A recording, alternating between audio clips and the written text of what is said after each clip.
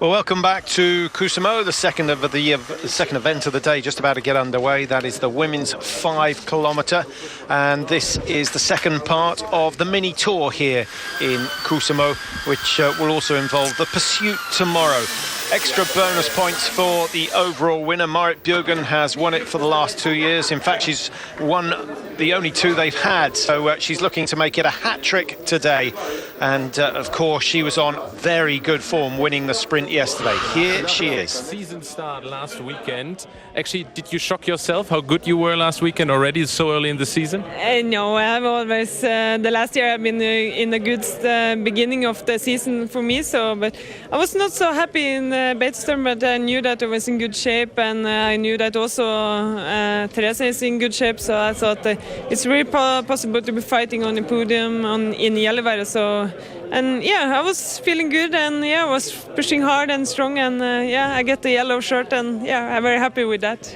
I heard that during the season preparation you trained with Charlotte Kalla, your Swedish rival, basically. Is that what happens if you put the Swedish and the Norwegians together, something even better comes out? Yeah, for sure it is. Charlotte is a great girl, and she was in Oslo with me some days in the summer, and we're training together and asking each other about the training and what we do, and I think it's a motivation for both of us, and we can learn something from each other, and I think it's getting us in a higher level. So it was interesting, and you also make friends for the rest of the life also. You won everything basically in your sport except the Tour de Ski, so I suppose that's high on your list this season. Yes, it is. So I will not competing in Canada for the World Cup, and I will stay in Europe for attitude training and prepare for the Tour de Ski, so I can be in very good shape. And last year I was a little bit sick before the Tour de Ski, and not feeling that in the beginning of the Tour de Ski was so good. So hopefully I can do something good stuff this year, and hopefully be fighting for the first one. This year the Tour de Ski is shorter, only 7 races. Here in Ruka we have the Ruka Triple, so 3 races. Do you like this system of combined events? Yeah, for me, as the Ruka World Cup and also Falun been very good for me. It's like 3 and 4 races, and I've done it very good. So I think it's possible for me to do it also well in the Tour de Ski. But I have to have some second before the last climbing. It's not well for me, but everything is possible. I think if you have a good day and good skis, and everything is possible. So I will try again this year. Okay. Thank you very much. Thank you. Well, what a delight to catch up with Marit Bjørgen, not just to see her out of her ski uniform. I think a few people will be surprised at what she really looks like in real life, but what a fantastic lady. As Seb was saying, she's won everything except the Tour de Ski. Now we know that is her main motivation for this season, but you've also got to bear in mind we've got a small matter of a World Championships as well. Can she win the Tour de Ski, Mike? Interesting. She is aware of her weakness, which is that the final climb, 4 kilometres off this incredibly steep climb.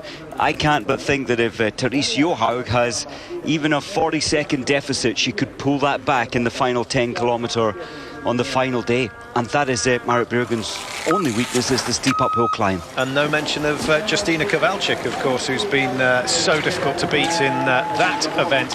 Well, we've got that to look forward to over the New Year period. Today we focus on the second of 3 races in the Ruka Mini Tour. We had the sprint yesterday, the 5 kilometre today, and for the women they race in the 10k pursuit tomorrow. First away was Iksanova of Russia. Now we go with Maria Grafnings of Sweden. Always seems to get an early start. Grafnings comes from Falun, only her 7th World Cup, so this is all about building experience and learning how to cope with the fact that you're on the same track as the world's best. Very tight as usual corner after just, 80 metres to exit the stadium. Grafnings down, another one of the athletes who took the long trip down to Australia this summer for a couple of weeks, in fact, on nearly 3 weeks of training and racing. Now, it's only 5 kilometres, Mike. This is a really difficult distance to judge. The women used to race it a lot, but not so often nowadays. and it's more like the prologue that we have at the start of the Tour de Ski. If you go too fast at the beginning, you will pay a price, but if you don't go fast enough, you're going to be out of the running anyway. And I think you mentioned, if you're not used to doing these races, of course it's been some time, they have prepared and training for it, but you have that risk of, as you say, too hard too soon, and you will suffer on the final climb, knocking, well, potentially as much as 9 seconds off your time. Matrosova of Kazakhstan getting underway. The Kazakh men looked really good yesterday in the sprint event. I hope we see a few of them do well today. A number of the specialist sprinters have called it a day here, Mike, and they've already started their journey across to North America for the next rounds of the World Cup. I guess that was always going to happen. It's a long journey, and likewise, Marit Bjørgen and Peder Northug, they've decided not to go to North America and to prepare for the Tour de Ski. Yes, I think it is an inconvenience almost putting the North American races, well, just prior to Christmas, because you've got the travel over there, you've got the long journey back and the time change. That's the issue, shortly before the Tour de Ski, which so many of the athletes are focusing on this year. Would it have been better to start the season with the North American Tour? I really think so. I absolutely think so. To put it in the middle, it's always inconvenient in terms of travel and sleep loss, time change, etc. Well, when you say inconvenient, they're not so fussed about the inconvenience. Isn't it more the risk of getting ill because of the travel and the time delay and the jet lag, which just makes you more susceptible to picking up bugs? That's the key thing. And with a busy programme, of course, it's going to be busy out there in Quebec City and over in Canmore. So lots of intense races on the back of incredibly long journeys. Alenka Sebasek going for Slovenia. We will get split times. We're not going to get many because it's such a short race, but I can tell you the profile of this course would make most people's knees shake, because from 500 meters all the way to 1500 it's pretty much uphill, so a really tough kilometer. If you get to the 1500 meter mark and you're in a good position, then you descend down towards the stadium, and then of course you go around it all again. It's a tough course for the women. Troppinin of Italy.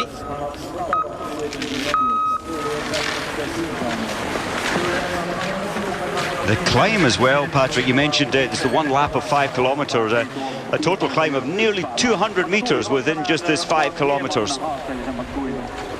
Intense from start through to the finish.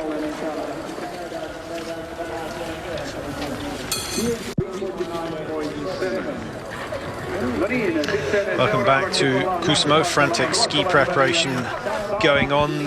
Mike, you know just how important the ski preparation is. You can have the best team in the world, but if you don't have a good waxer, you're not going to win races. It's a huge factor, and also combining that with the perfect ski, and it's not just the glide factor on the ski, it's how it feels on the glide section, but also on the climb section. So the stiffness of the ski, vital as well.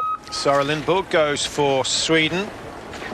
Now, we saw her do the Tour de Ski back in 2010. She took a big crash then, damaged the ligaments in the elbow, but that is fully recovered. Often they say it's better to break the bone than it is to rupture the ligaments. It takes that much longer to heal, and very difficult to get the strength back into the joint. Well, Steyr, she's fib 13 because of her lack of sprinting yesterday, and this, of course, they're starting almost in reverse order from how they finished in the sprint yesterday. But this is going to be good, I think, for Steyr. Yeah, this course, I think, will suit her. I think she's better at the Classic, but the wins she's had have been involving both now. Name them. That's Arctic something, I think it's safe to say. I'm sure there are a few ornithologists out there that can let us know. But the racers will be paying absolutely no attention to them whatsoever. Hagen goes just behind her teammate Steyr. Steyr's a really good runner, isn't she, Mike? Over 5,000 metres. I think back in 2009 she was the Norwegian champion. And it is all about having a good VO2. But for skiing, you need a bit of upper body strength, and therefore you've got to carry a little bit more weight. Yes, I think so. And Hagen, who just set off, she was part of the winning team last weekend in Yellowvara in the relay. Locatelli for France. French a little bit below par. Most of their top female athletes opting for biathlon, where they've done very well over the years. Lara Helvo of Finland next to go. Now the Finns, it's a long time since they had success here. I think Saarinen was the last of the Finnish women to win here in Kuusamo. The Russians have never won here, never won a race, so maybe that will change today with the likes of Korosteleva, Iksanova. 3.1 kilometers, the first intermediate time. This is the second steep climb, and then after this it's undulating until they get back to the stadium, and then their final climb is up the climb that they had to race up in the sprint yesterday. Now it's not particularly long, but it still will lose someone time if they haven't saved a little bit of energy for the last 600 meters here in Kuusamo. 3.1, we'd be expecting a time of around 8 minutes 5, 8 minutes 10. Maybe that's what they'll get down to at the end of the day. I think so. A lonely race here for Iksanova. She's setting the fastest pace out in the course at 1.6 kilometers. She's got a lead on everybody, so she's not in contact with anyone. Well, yes, 8:29. It's fast skiing, I think, Patrick. Competitive, but just a lonely race out there. Nobody to gauge from. Yeah, two factors we have to bear in mind. One is the severity of the course. That big climb up to 1,500 meters is not quick. And also the fact that it's -13, -14 in the stadium. It gets down below -15 on the lowest part of the course. And at those temperatures, the snow is very slow. It sounds bizarre, but the snow crystal's much sharper, much more brittle. And it's very difficult to prepare a ski to get good glide. And if you listen carefully, you will hear that grinding, that creaking of the poles, which result from the snow conditions.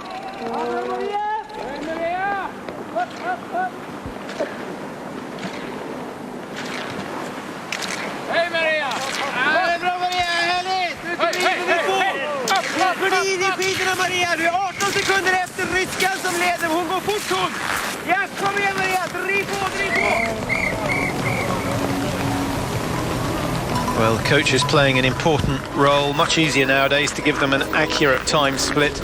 Mike, you will have done plenty of coaching on the side of the track. Do you have a policy of always telling the athlete the truth, or maybe just bending it a little?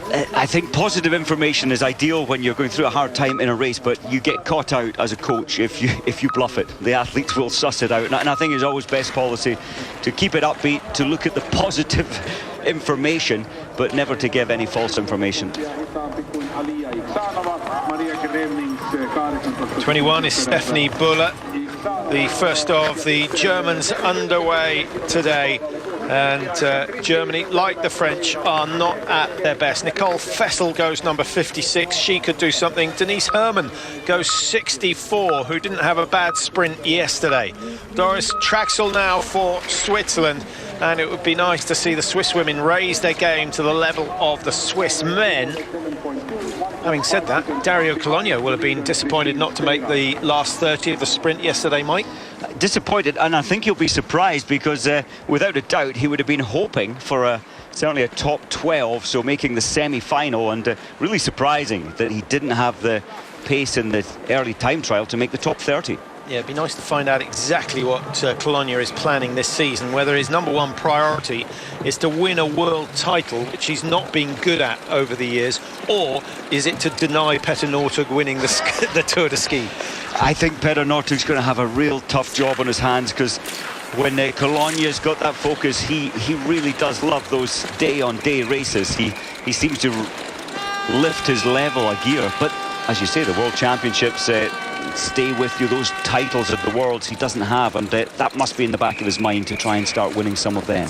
Yeah, as we watch Chevrolet coming up towards 3.1, it's worth saying that Cologno races a conservative race. He doesn't sprint like Northug does. He doesn't rely on the sprint as Northug does. And ultimately, if you're racing day after day, Cologno's style takes much less out of the body. He can just keep going at the same pace the whole time. And that's really the key to his success. But a shorter tour may allow Northug to survive. 25 is Masako Ishida of Japan, a really talented athlete, and she's good on the skis. I was just about to say she's a good technical skier as well, but a slight hitch on that first corner.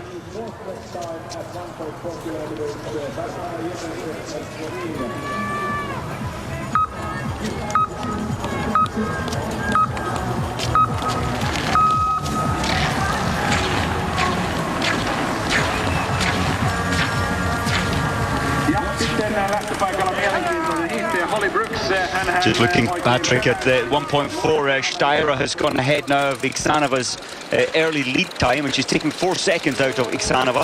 I think Slonova might match Ixanova as well at 3.1. She started pretty well, just a few meters to go before the clock will stop. 8:29.7, the current lead time in the early stages, very early stages. 96 starters in all, so it'll take us over 45 minutes to get everyone off the start line. With the snow falling, Mike, I know it's only light snow, but how much effect is that going to have on the speed of the tracks? And are the likes of Dutsenko and Björgen going to struggle? I don't think it's going to make a massive difference. We've got a continual flow of athletes pressing. It's kind of an equal snowfall all the way around, so no big changes. Vibeke Skofterud just signing the board. She might be worth watching today. She always does well here in Kuusamo. Often she's leading at 5k, because this race in the past used to be a 10-kilometre. She leads at 5 and then drops down the order. This is only 5k today. Has she got the strength to produce a leading time today? I don't think she's quite got the strength on the steep climb at the end, and if you lose 1 or 2 seconds over the last 400 metres, you're not going to take the victory. But without a doubt, Skofterud has a fresher mind coming into the season, and then she becomes a little stale, a little tired of being around the team, I think. Yeah, I'd love to see her take a win at some stage this season, because of course after this year time starts to work against her. You mentioned Saarinen earlier. Now the Finns really want to... Oh, look at Steyrer minus... she's under by 12.5. That's fast racing. Saarinen and Finland. She's the last athlete to win a World Cup in cross-country skiing in Finland, for Finland. And they want a victory today. Yeah, they need it. They need it. Things aren't going well for Finland. Their Nordic combiners are well below par. There's no one there really threatening the top of the table. Their ski jumpers are almost non-existent. Those who are jumping haven't been heard of before. So they're starting a new era, and all credit to them for putting new names in. But we need Finland up there, giving Norway a hard time, competing with the Swedes. And of course, also, the more nations we have at the top of the game, the better it is. We don't want Norway to dominate everything, which they've pretty much been doing. We've had, 6 races so far in cross-country this year. Norway have won 5 of them. Only Russia got a look in with Kritikov yesterday in the men's sprint. Nivotova for the Czech Republic. We haven't got into the seeds yet. The first seed to start will be Sarah Sawyer of Finland, who goes number 38, so we're only a few minutes away from that. But next to go, number 33, Vibeke Skofterud. Now, she may not win today, Mike, and that final climb might prove to be Vibeke's undoing, but surely she'll make up good ground in the pursuit, which is in the classic style tomorrow. I think she will, and here she is. The other factor, I think, which plays into her hands, of course, is not making the top 30 yesterday. She only went round this, the 1.4 sprint yesterday once, instead of, like Björgen, 4 times. Good point, as you would say. It's it's only a small advantage. And when Björgen is as focused as she is, difficult to beat. Nice first corner from Skofterud, gets round it quickly but with minimal effort, and absolutely thought about that one. She must have practiced that before the start. Now we go with Jessica Diggins. She was disappointed not to make the last 30 yesterday, but she looked mightily impressive in Gällivare, and the Americans all round are an improved team. Technically still not quite as smooth and relaxed as the Scandinavians, but with Keegan Randall doing so well last year, Mike, it seems to have lifted the rest of the American team. It does, and with Jessica Diggins just leaving the stadium. Now, the one thing about Jessica, she will give everything. She always does. Takes herself to the limit. Zeller on the German team. You mentioned Finland rebuilding. The Germans need to get some of their status back, I think, men and women's team. Of course, Evie Sackenbacher racing today in biathlon in the IBU Cup over in Weiterstolen in Norway. Yeah, how's she getting on? She's doing well. I noticed yesterday in the individual race, she shot very well in the prone shooting, 0-0. And then I believe she missed 6 in the stand in total, out of 10 in the stand, maybe 5. So down in about 22nd position. Easily done. Zeller going into third place, 7.7 the margin, as you can see. And that's okay. That's okay. She can make that up on the 2 final climbs. Now looking at 1.4 kilometres, Ruoppinen for Finland. She's only 1 second off Steyrer's early good time. Iksanova still leading 12.59, just under 13 minutes for the leading time at the moment. So just over a minute for Stiara to achieve that. Up the top of the climb, then she turns right to go down to the bottom end of the stadium before she finishes the last 200 meters. It's a very difficult climb. It looks easy on paper, but when you're out on the tracks and you're already exhausted, it's very easy to lose 5 or 6 seconds in the home straight. And here she goes. Lindberg trying to stay with her. Of course, she's been absorbed by 30 seconds. In fact, Lindberg deciding to go past in the home straight.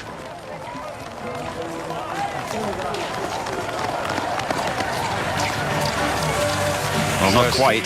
Stiara, 12.40. That will do. Nice work. Nice work. That will put her in a good position for the pursuit tomorrow.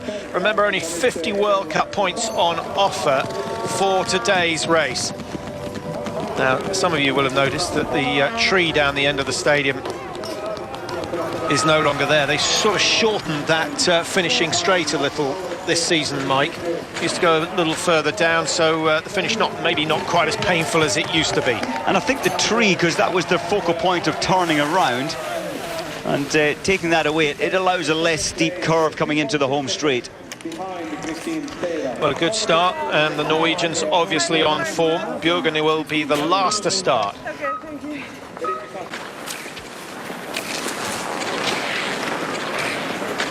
Welcome back to Kuusamo. This is Holly Brooks of USA, just making her way up to the 3.1 kilometre marker. It's a stiff climb, this one, roughly 180 metres from the bottom to the top. Still eating it up, a lot of upper body movement, which might indicate a slight lack of strength in the core. Yeah, quite possibly. I do like the way that she's keeping. We saw that earlier in the side angle. The hips are definitely forward, big angulation from the ankle up to the knee. And this is good. Holly Brooks was only 3 seconds off Steyrer at the 1.4. I know that's an easier part of the course, but it's a good performance again. She's lost a few more seconds, but 11 seconds down puts her in the top 5 at the moment. So the Americans continue their good form that we saw last weekend in Sweden. Shikalova now starts for Russia in the seeded group, and now we alternate between seeds and those who didn't qualify in the sprint, and that means that we have a minute in between each of the seeds at the start. 13.2 outside for Zeller, third position. She'll be happy with that. Stiara still leading with a time of 12.40. It's good from Zeller. I did notice some of the she got a written warning last year, Zeller, in her sprint racing for pushing or shouldering. She didn't look that aggressive. A couple of times she was the only female athlete actually to get 2 warnings in the sprint races last year, and there was only one man who got 2 warnings as well, and he was also German, Wenzel. Kerttu Niskanen, and decent cheer. The crowd's coming in slowly, but you have to understand it was what, -17, -18 first thing this morning when the Nordic combiners started to appear. We're still hovering around -13, -14. That's not much of a signature coming from one of the Norwegians. Who was that? I think that might well have been Östberg, just scribbling a line. Agreita for Italy. Now, it would be nice to see the Italians get back on form. Very light build. She doesn't have the power that some of the top skiers have, Mike. I'm just thinking another Italian name leaves me. 92, she won gold medal at the Olympics down in Albertville. Very slight athletes. Belmondo? Belmondo, of course, Belmondo. How can you forget Stephanie? Terrible. But it was similar, very, very slender build, but mightily strong. Now, Skofterud, what she managed to do in the opening stages. Oh, this has got to be good, Patrick. She took the first 1.4 within herself. She was 2.5 seconds off her teammate Steyrer. I think she's lifted the pace.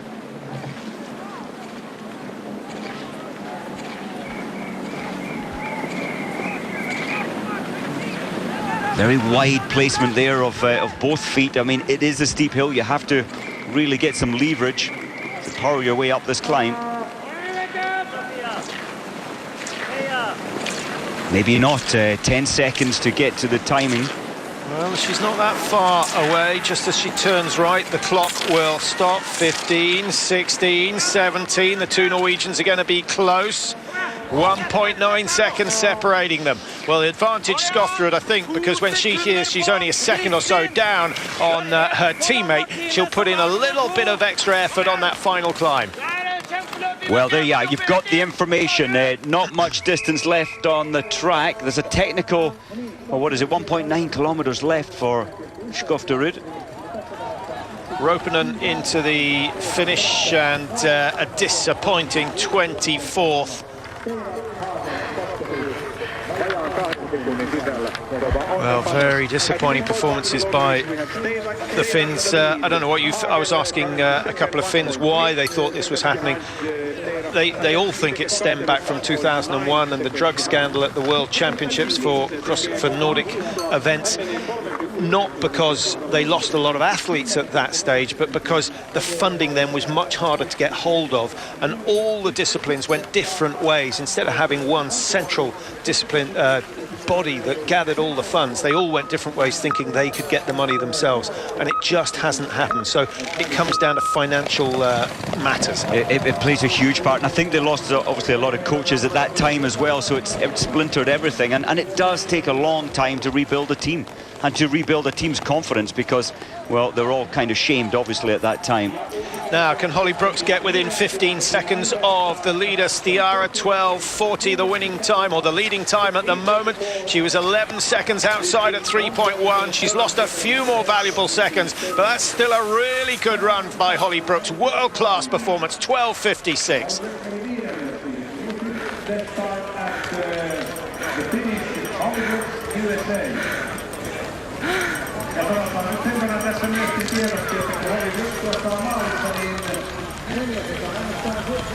Well, if you ever had any doubt about the cold here in Kuusamo, it might put a few people off coming up here, but I can tell you that it's a very dry cold. It doesn't feel that bad, but the hoarfrost that's gathering on the athletes' faces is not pleasant.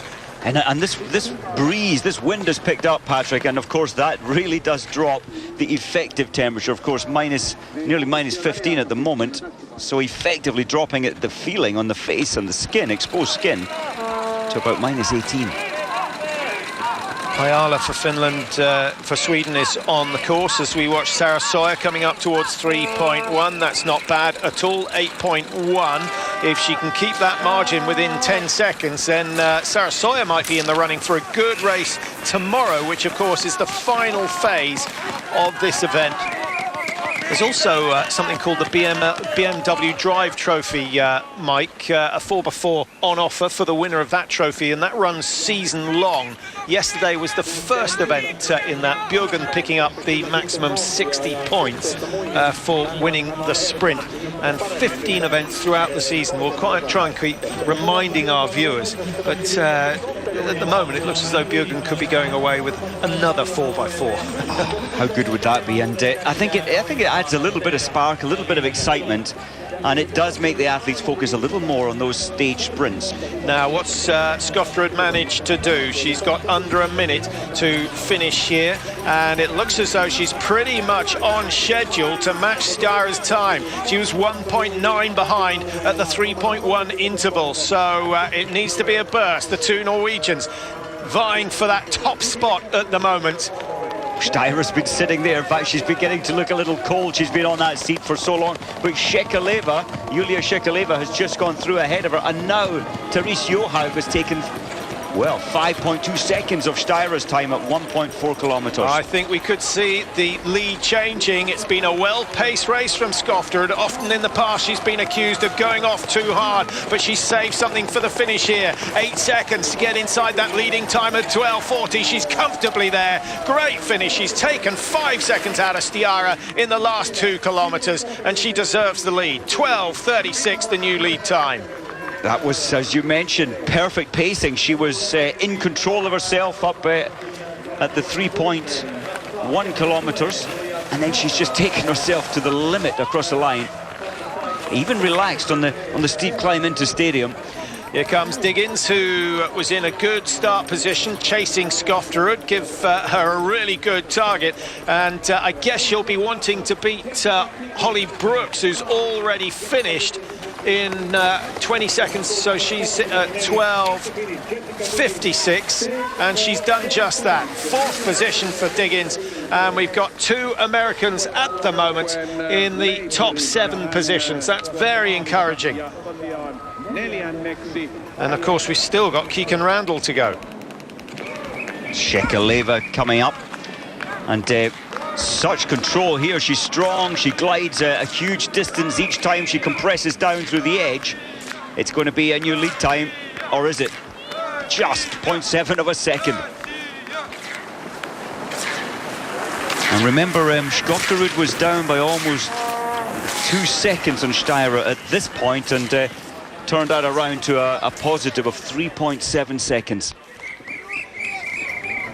For those of you following the US performances, and I know there are a few of you, number 76 will be Keegan Randall, number 78, so a minute behind Ida Sargent, who had a really good run in the sprint yesterday. So you've still got 2 top athletes to look forward to out on the tracks today. Shekalova, Steyr and Hagen still leading at 3.1. We know Steyr has beaten Shekalova, but of course Skofterud has come through to beat the time set by Steyr. So things are changing bit by bit. Number 38 from Finland, of course, Riikka Sarasoja-Lilja.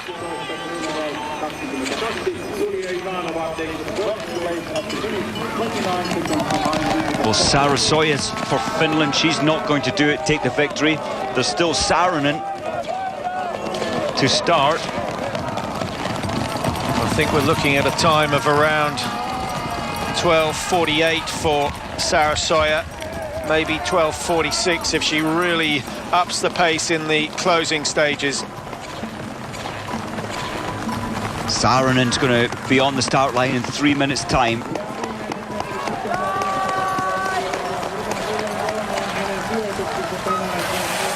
Well, not the fastest of finishes from the Finn, down into 7th position. 18.9 the margin. No bonus seconds on offer today in this mini tour. And then, of course, we have the pursuit tomorrow, and whoever leads after today will start. You have to remember, Björgen's never been beaten in this mini tour here in Kuusamo, Mike. Just thinking, could this young lady here at Johaug be the first? She certainly has that focus, Patrick. We know she's good on the climbs, Johaug. I think this could be her win to date. Look at the tempo, usual, aggressive. Oh, it's amazing tempo. She doesn't quite have the sprint. We saw it yesterday, a lot better than last year. She's been working on that. Look at the speed. She's climbing this hill, goes blasting past Hannah Kolb of Germany, who is no slouch, but the work rate from Johaug is clear to see. 8:16 the time she's after. Remember, she's still got another 1.9 kilometers to go from the top of this hill. It's amazing that she can keep this sort of work rate going. 8:04, 8:05. She's going to be at least 8 seconds inside, maybe more. 8.5 the margin, and Johaug on her way to another fantastic time. It's interesting, when her mother took her to club training, and when she was 9-10-year-old, the coaches then were saying, well, she's very cheerful, she enjoys the skiing, but she'll never be special. She really is special now. Well, she produced one of the great performances of all time in the World Championships in Oslo 2 seasons ago. The 30-kilometre, she went off hard, she kept the pace going through the halfway stage, and she just got faster and faster. And the amazing thing was, Mike, that the technique never changed. She never seemed to tire. It was as if she was feeding off the 150,000 fans that had come to watch. And I think, Johaug, you need the personality to be able to dig into that feeling of the major championships and to push yourself past that comfortable limit. She's good at doing just that. This is still good from Shekaleva. She doesn't look stressed or tense.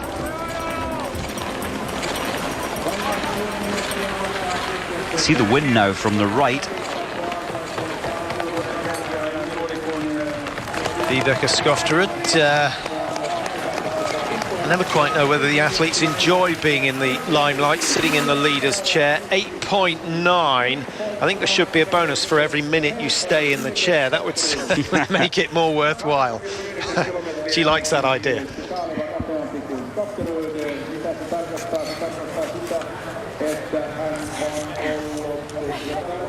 So let's update you with the positions. We've got an intermediate split at early on at 3 minutes 40, which Johaug is leading. And she, of course, still has the fastest time at 3.1. She's yet to finish her race. So Johaug, the favourite to take the lead when she does so. The Norwegians looking very dominant. They've got the pacing absolutely right, but also obviously got the skis right because they're gliding well on the downhills. The Russians with Shekaleva, 12.27, just ahead of Skofterud. That was a powerful finish by Shekaleva. 71, Veronica Kavalar, sandwiched between Saarinen of Finland and Heidi Weng of Norway. So she's in amongst the seeds. And I wonder whether that will mean she raises her game. Heidi Weng, who we saw racing in Gällivare last week. She's an aggressive skier.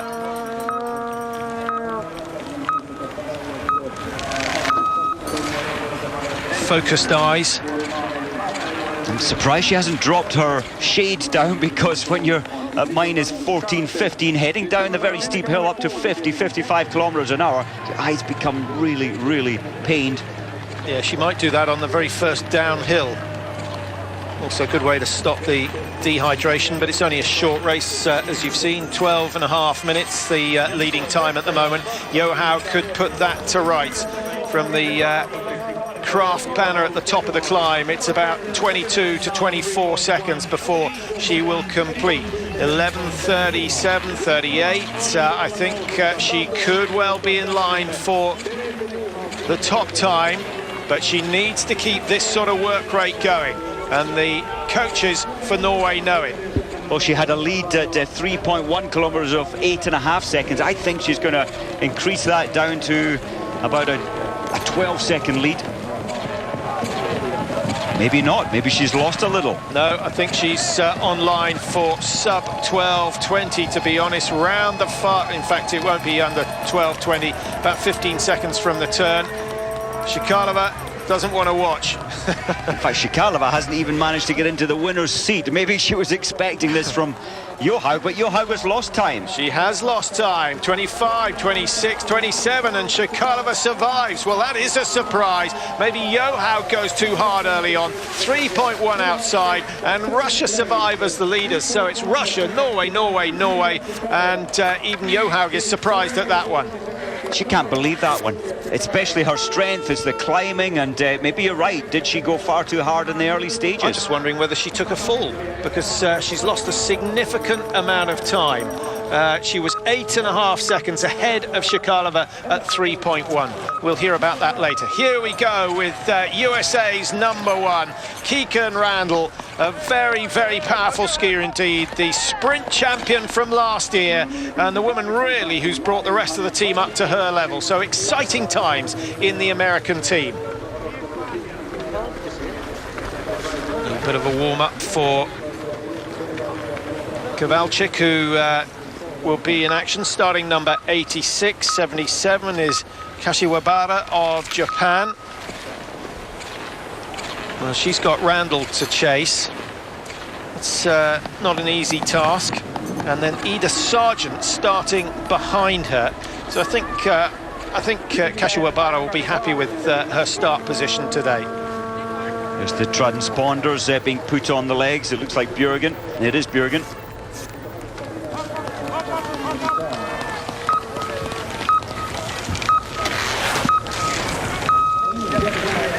Just a new second place now, Patrick, going through 3.1 kilometers. Nicole Fessel, German athlete, putting in a great start to her race. And of course, she's just ahead of Shekaleva at the 3.1 kilometers.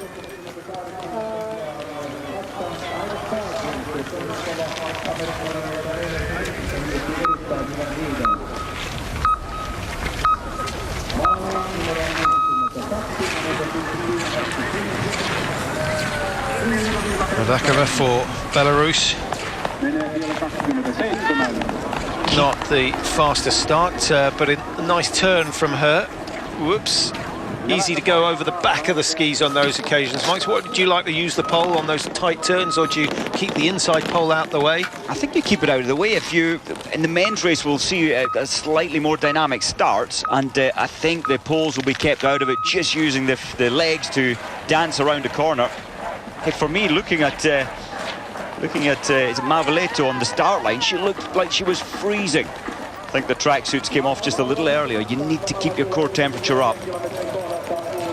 Yeah, you need a warming suit that comes off in a fraction of a second. If you've got too many sips and buttons, it doesn't help the situation. You need one of those things they put on the Formula One car tyres that you can just whip off in an instant, and make sure that your muscles are in prime condition for the start of the race. At minus 14, it can take a little while to warm up. Here we go with Fessel, very quick through 3.1, but hasn't managed to match Shekaleva over the closing stages, and being caught out by that final climb. It is a brutal climb. Fessel 17.5 outside. And she lost all of that, Patrick, because she was ahead of Shekaleva at the 3.1 kilometers. Now, Celine Brunli, yet another top Norwegian, but she is the penultimate Norwegian to start here today. The next one will be Marit Bjørgen, who is the last starter. Cross-country skiing, of course, employing, for most of its races, employing the system where the best go last. Kowalczyk just signing up. She's not going to get cold, wrapped up in 3 big Finnish rugs, and she'll make sure she hasn't got a lot of flesh to keep warm, but it's vitally important, and she knows it better than most. 83, we're getting there. Antipenko for Ukraine. Katja Visnar is next for Slovenia. Antipenko just taking it easily around the tight right-hander. Impressed with Visnar yesterday in the sprint. Mike didn't quite make the final. Well, I think that the mistake she made halfway around the course, cutting the corner, and of course tripping her ski into the little wooden framework which guides you around the corners, I think that really did account for her downfall in the her final time round. In fact, to take that back, she did make the final, but she ends up in the ranking below Justina Kowalczyk, because Kowalczyk had a much faster qualifying time, which plays a role here. So the qualifying time plus the bonuses determining their start positions today. So Visnar made the last 6, but finished down in 6th position.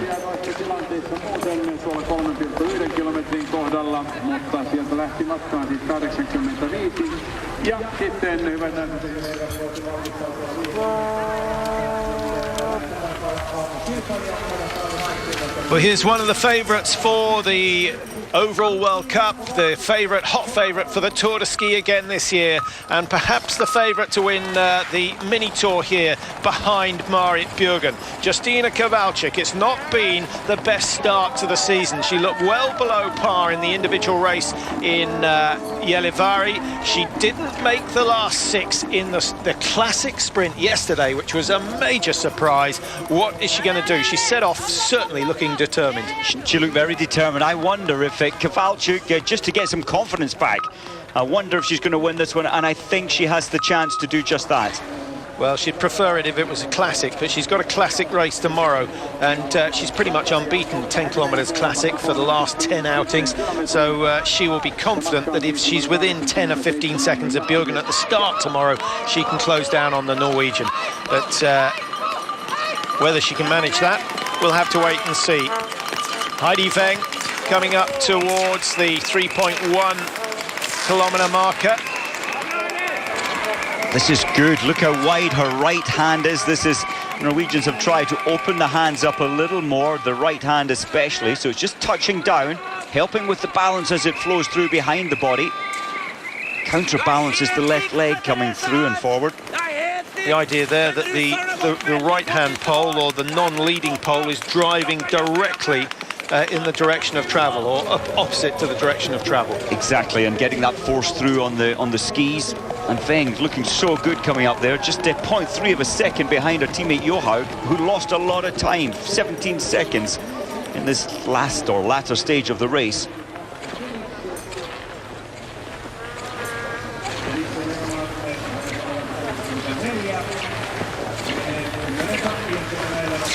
Yeah, certainly that's changed over the years as we watch Herman. The non-leading arm used to come right across the chest. In fact, with a few skiers it still does, but that I guess by the rule of vectors it means that it's pretty ineffective in providing drive. You can see the frost nip there on Herman's cheeks, just slightly, very white little sections on her cheeks. This is a long wait out for the Russian. Yeah, Shikalova's been there for a while, but things could start to change. Yelena Kolomina for Kazakhstan starting to come through.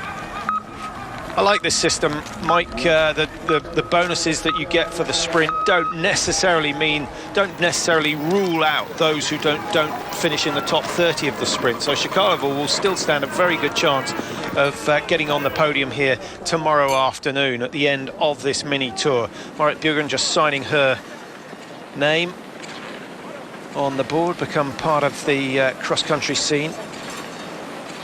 I don't know what happens to the board after the event. The biggest hotel in the area, tourist office. Just looking at the finish, it's Russia, then 1, 2, 3, 4 Norwegians with Johaug, Skofterud, Steyr and Hagen, all within 16 seconds of Julia. Keegan Randall, it's good, it's very, very good, just 2.8 outside. Don't forget, Johaug faded badly in the closing stages to find herself down in second place. So if Randall's got the pacing right, she could be challenging that leading time of 12:27 from Shikalova. 93, Elizabeth Stephen from USA. Now, she produced some good sprinting yesterday.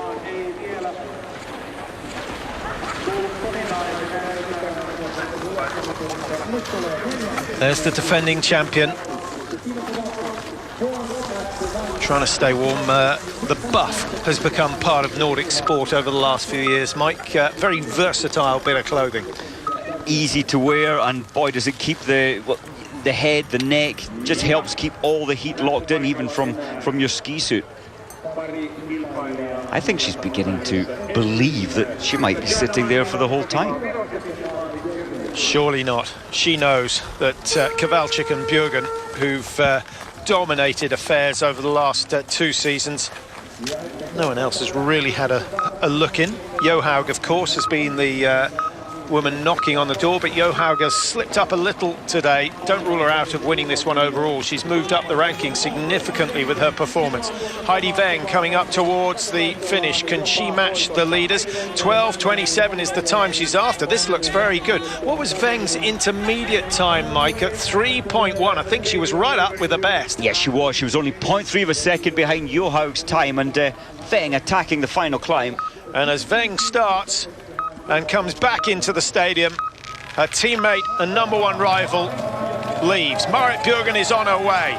Weng is on her way towards the finish. She's got just 20 seconds to complete here, and it's going to be very tight indeed. 12:13, she rounds the far end, 14 seconds from that last corner to the finish. It's a possibility. Shikalova starting to look nervous. The last 50 metres, but only 4 seconds to do it. Shikalova survives in first place. Weng is going to just slip in behind Skofterud. It's tight, it's very tight at the top. So Shikalova, Johaug, Weng, Skofterud, Stiara. Those who know the game will know that 4 of those names are Norwegian, and in fact we've got 5 Norwegians in the top 6 at the moment. Wow, that was so tight. She didn't have push herself so hard up that hill. I thought that the Weng was going to do it, but just left the final attack a little too late. Yeah, Shikalova looking as if she's just daring anyone to challenge that time of hers. The pacing in the finish, she's really 5 seconds quicker than anyone else from the top of the climb, Mike, into the finish. That's where everyone else is slipping up. Can this lady change things? Kikin Randall's just keeping in control here. I've just noticed Kowalczyk, she's through the 1.4 kilometre. That's the more technical part of the course, which she loses time on, and she's only 3 seconds off Johaug's early best time. So that's not bad from Johaug. Randall, 1.6 behind at the first intermediate. Come 3 kilometres, she was 2.8 behind. What is she going to do into the finish? She needs at least 20 seconds from the final turn into the finish. So she's got to go through at 12:07 round the final bend. She won't be far outside that. This is competitive from Kikin Randall. And she's a very good sprinter. We know all about her sprinting prowess, but has she got anything left in the muscles to give now? Down towards the final corner. 12:07 will give her a chance. 12:06, it's looking good, but she needs to be quick in the last 100 metres. Again, Shikalova looks nervous. Well, I did think she was going to do it by about 2 seconds. Maybe she still will. It's just some 40 metres left. 20 metres now for Randall, 3 seconds to get inside, and USA go to the top of the leaderboard. Kikin Randall, who was on the podium last weekend in Gällivare, is in the pole position here, and Shikalova must move. Great effort from Randall. She paced that one to perfection.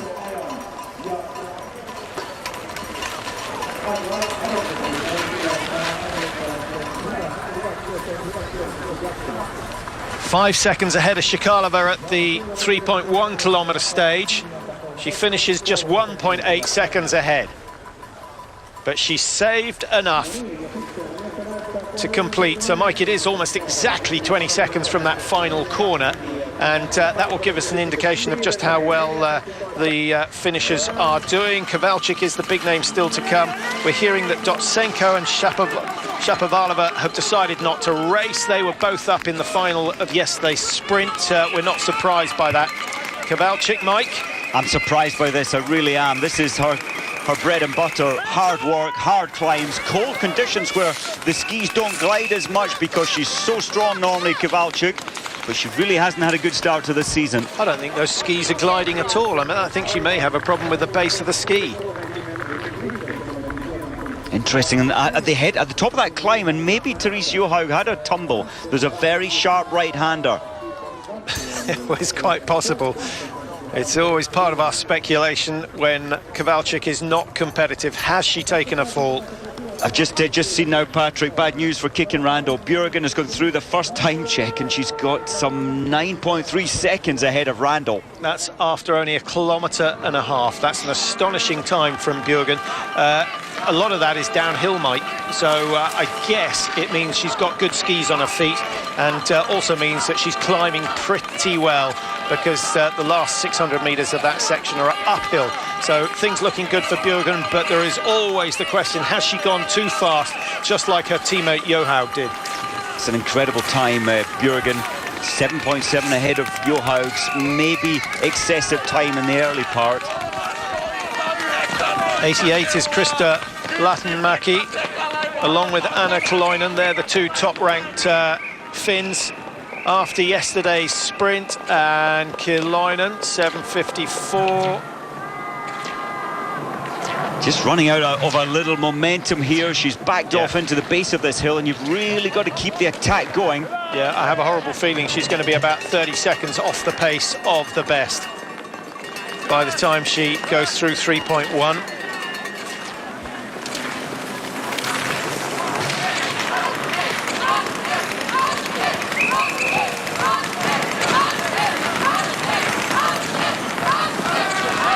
Saarinen at this stage was an incredible 38 seconds.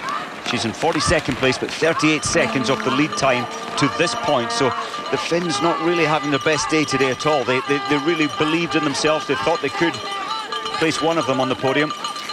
Well, there you see the margin, 32.9. Kaloinen going from bad to worse, and not the sort of scenes that the local fans wanted to see. Best of the Finns in the finish. Well, there's no Finn in the top 10 of the standings at the moment. Ropinen and Sarasoya, 12th and 13th. Both of them 28-29 seconds off the pace set by the race leader at the moment, Keegan Randall. Will things change? We suspect they may well do. Vibeke Skofter had set an early pace for the Norwegians. Therese Johaug also going well at 3.1, still has the fastest time at 3.1, but faded in the last kilometre. Heidi Weng, a good finish from Heidi Weng, but still just denied by Johaug. She'll be delighted to be so close to her, though, but it's Keegan Randall who's come through in the closing stages to produce the fastest time so far, 12.25. Won't be long before Marit Bjørgen comes through here, Mike. Bjørgen's only disadvantage today with Dutsenko and Shapovalova withdrawing. She doesn't really have anyone within her sights to chase. I wonder, I mean, that maybe will be pushing Bjørgen on in a strange way, because she's just trying to close down. Well, of course, she's ahead of anyone at the 1.4 kilometres, and here she is. This is going to be surely about a 15-second bonus or into the minus ahead of Johaug at this stage. The queen of cross-country. Add 40 seconds to her time now, and you get 7:55 for her time. She will certainly be under 8 minutes. I think it might even be 7:54 by the time she stops the clock, because she hasn't slowed one iota since the start of this race. I'm just thinking, or listening to Bjørgen yesterday, she was saying she has worked a lot on her weakness. We know she's very strong in all areas, and she thought or felt her weakness was steep hill climbing for the Tour de Ski possibly, but she was certainly so strong yesterday in the classic sprints. This is incredible time. 7:52, astonishing, 16 seconds clear. She was 7.7 clear in the early stages after 1.5. She's kept that pace going. The only danger, surely, is that she's overcooked it in the early stages and she'll come to a grinding halt on the final climb. I doubt it, but she certainly is overcooking it. As this Kowalczyk plus 8 seconds, so she gained a little on the final climb. Kowalczyk going, we'll just wait to get official confirmation of her finishing position. Randall still leading, 12:56, so another top three finish it looks like. Kowalczyk in 9th position, 21.2 the margin. Here comes Latenmaki in the blue and white, just tucked in behind Jaskiewicz of Poland. And 9th position pushes Kowalczyk down into 12th, so that's a good scalp for Latenmaki, and she becomes the only Finn in the top 10 of the standings as we speak. Good pacing as Randall's so happy in that big seat. She knows it's not going to last with Bjørgen out there. Now, what's your feeling, Mike? These races, as part of the Tour, the 3 races here don't count as 3 World Cups. They count as just 1 World Cup. So Marit Bjørgen, although she's notched up 57 wins, she's won masses of stage events, particularly here in Finland. She'd be up close to the 80 win mark if they were counted as World Cups. If it's not a World Cup, why give World Cup points? It's interesting. I suppose they're not classing it as a World Cup victory where you win 100 points for a win. They're spreading this over the 3-day tour. But I think, I mean, basically she's matched up once again on a new day against the rest of the best in the world, and she's going to, well, we'll have to wait and see, but she's going to win it again. And I'm with you. I think it's, for me, it classes as a World Cup win. Yeah, all 3 races count as 1 win as opposed to 3 races counting as 3. Be interested to know your views on that. It just seems a little bit hard for Marit Bjørgen, who is so good at these stage races, and it looks as though she is on her way to notch up yet another victory. She will get 50 World Cup points to take her tally to 200 out of a possible 200. Things are going pretty well for her. It's incredible. What do the rest of the world think? They're just going to be feeling a little bit suppressed. How can you beat Marit Bjørgen? She's getting stronger, she's getting faster. Yeah, but it's a long season, Mike. 31 races in all, and no one can keep that sort of form all the way through the season. Bjørgen herself has said she's going to miss out on the North American trip to try and prepare herself for the Tour de Ski, which starts on the 29th of December. She wants to win the Tour de Ski this year, so they'll be glad that those going to America will know, well, that's at least one of the major challenges out of the way. And also, as we look at Bjørgen coming into the base of the climb, so strong. Interesting as well for me that she's certainly taking some training time at high altitude. Yeah, still looks very good. Let's have a look at the time. Give us a predicted finishing time. She was 16 seconds clear at 3.1. If she's maintained that margin, she'll be in around 12 minutes 10 seconds for the 5 kilometres. Has she kept it going, looking for every second's advantage? I don't think that Marit Bjørgen's going to pull too much more back. She had a 16-second lead on it was Johaug at that time, but ahead of Randall she was 18 seconds. I'm not sure we'll see her closing much more than 3 to 5 seconds more. 20 seconds from the turn. That will give you a very good indication. Looks as though she could be in around the 12:05 mark, if not before. What's she got left for the last 100 metres? Kikkan Randall is going down again, beaten by Bjørgen last weekend in Sweden. She's going to be beaten by Bjørgen yet again in Finland, but Randall will be delighted. Third last weekend, she's going to get a second place this time, notching up a bag full of World Cup points and on the podium again. Well done to Bjørgen, unbeatable at the moment, 22.7. That margin is ridiculous. Well, that's another 4 seconds she took out of Randall from the 3.1. So strong, and the strongest on the climb. Well, Randall. Randall must be thinking, what do I have to do to beat her? It's a shame Charlotte Kaller isn't here this weekend. Mike, would have been interesting to see her up against Marit Bjørgen. Charlotte Kaller not 100% at the moment. Cold hands. Very cold hands. She's wearing the thickest of gloves as well, and inner gloves. Well, it must be fun being one of the assistants in the Norwegian team. Almost guaranteed success every week. So that's 7 races this season. Norway have now won 6 of them. We've got the men's 10-kilometre coming up. Will it be a similar story? I don't think so.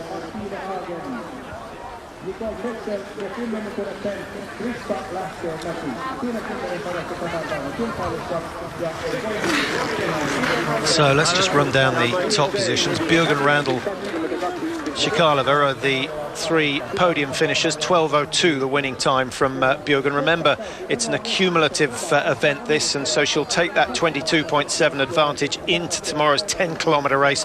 She could have a lonely ski out the front of the field. I can't see anyone catching her, and I don't think Randall will have any pretenses. She'll be trying to defend that second position. Further down the order, Therese Johaug, 27 seconds down on Marit Bjørgen, ahead of Heidi Weng, Skofter and Stiara. So there's a Norwegian train going off between 4 and 7 in tomorrow's 10-kilometre. Hagen and Vessel go for Norway and Germany at 8-9, and then Latenmäki starts number 10 for the local team, and let's hope that Latenmäki does something special for the Finns that turn out to support. And perhaps the biggest surprise of all, Mike, Kowalczyk down in 11th, just ahead of Diggins and Stephen of USA. It's so surprising. Possibly the amount of training which Kowalczyk does. She's come into this new season tired, without a doubt, to be 45 down on Bjørgen at this stage. Well, the margin's fairly significant once you get down to the 40s, 50s. Ida Sargent of USA, a minute and a half to make up. Not a good day for Østberg of Norway, 53rd position. She didn't look happy out on the tracks. And Chandra Crawford of Canada, 64th.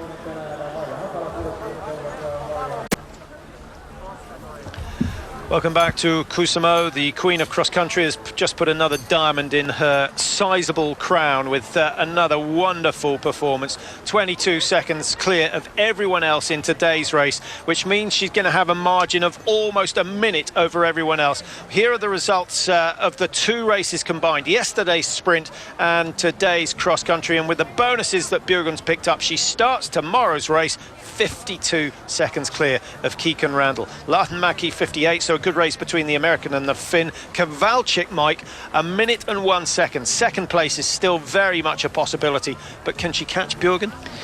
That margin is huge. In fact, certainly on current form, those 52 seconds are almost impossible to bridge. Skofterud and Stiara, 141, 150. They'll both move up because they're both very good classic skiers indeed, and they like the tough hills here in Kuusamo. The Canadian, Giazova, starting 23, 204. That's not a bad performance by her. Victory. You repeated the win from last Well, let's year. have a chat with How did you feel today? Marit Bjørgen. All the way down to 50th position, and then a bonus of World Cup points for the winner of the mini tour itself, 200 bonus World Cup points. So Bjørgen, if she wins all three plus the bonus, could walk away with over 300 points, and already a sizable lead going in towards the Christmas period. Well, let's catch up with Marit Bjørgen. She gave us a fantastic interview before the sprint yesterday, and having won again today, she's back on media duty, having got those hands warm. Minus 15, minus 16 on the lowest part of the course Marit here today. Bjørgen, congratulations to the amazing victory. You repeated the win from last year, but the conditions were different. How did you feel today? I was feeling very good. When I was warming up today, I feel like, oh my God, this body is very good today. And also now I started, and I feel that my skis was also very good. So I thought this has to be my day, and I heard I have 6 seconds in the first kilometers, and I knew that this is possible. So I'm really happy with this race. Everything was perfect today. You started very strong.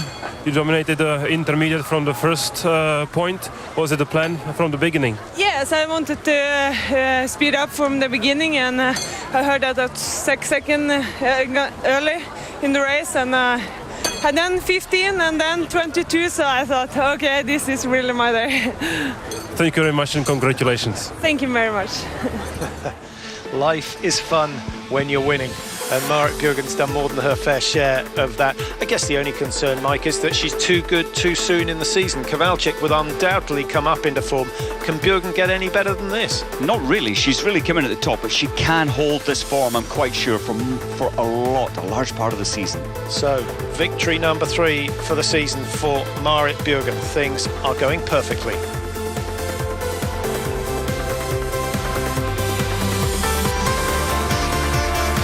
So, plenty more cross-country to come from Kuusamo today. The men's 10-kilometre in just over half an hour. Let's have a look at the programme.